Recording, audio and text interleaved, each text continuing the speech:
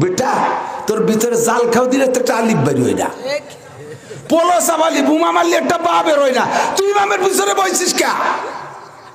যদি ইমামের নামাজে অজু ছুটে যায় তাহলে নিয়ম হলো বরাবর যে থাকে তারে ইমামের দাঁড়ায় দিয়ে ইমাম সাহেব সরিয়ে যেতে হবে। তোরে যদি ওই জায়গায় দাঁড়ায় দিয়ে যায় তাহলে কি হবেন তোর উপায়?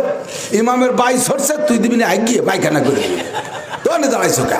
পয়সা আছে সেই জন্যই পয়সা না। 4-5-6 জনের দূরে দাঁড়াবি যাতে ইমাম হাতে না পায়, কথা কর না? হাইসে উড়াই দিয়েন না। এই চেয়ারে নামাজের একটা এখন স্টাইল হয়ে গেছে, এখন স্টাইল প্রয়োজন হোক আর না হোক স্টাইল। দাঁড়াতে পারে মসজিদে যে দাঁড়ায় রয়েছে 5 মিনিট, রুকুও দিতে পারে, হাতের মোবাইল পড়ে গেছে জয়ে খুঁটিয়ে নিছে, তাতে বোঝা যায় রুকু দিতে পারে।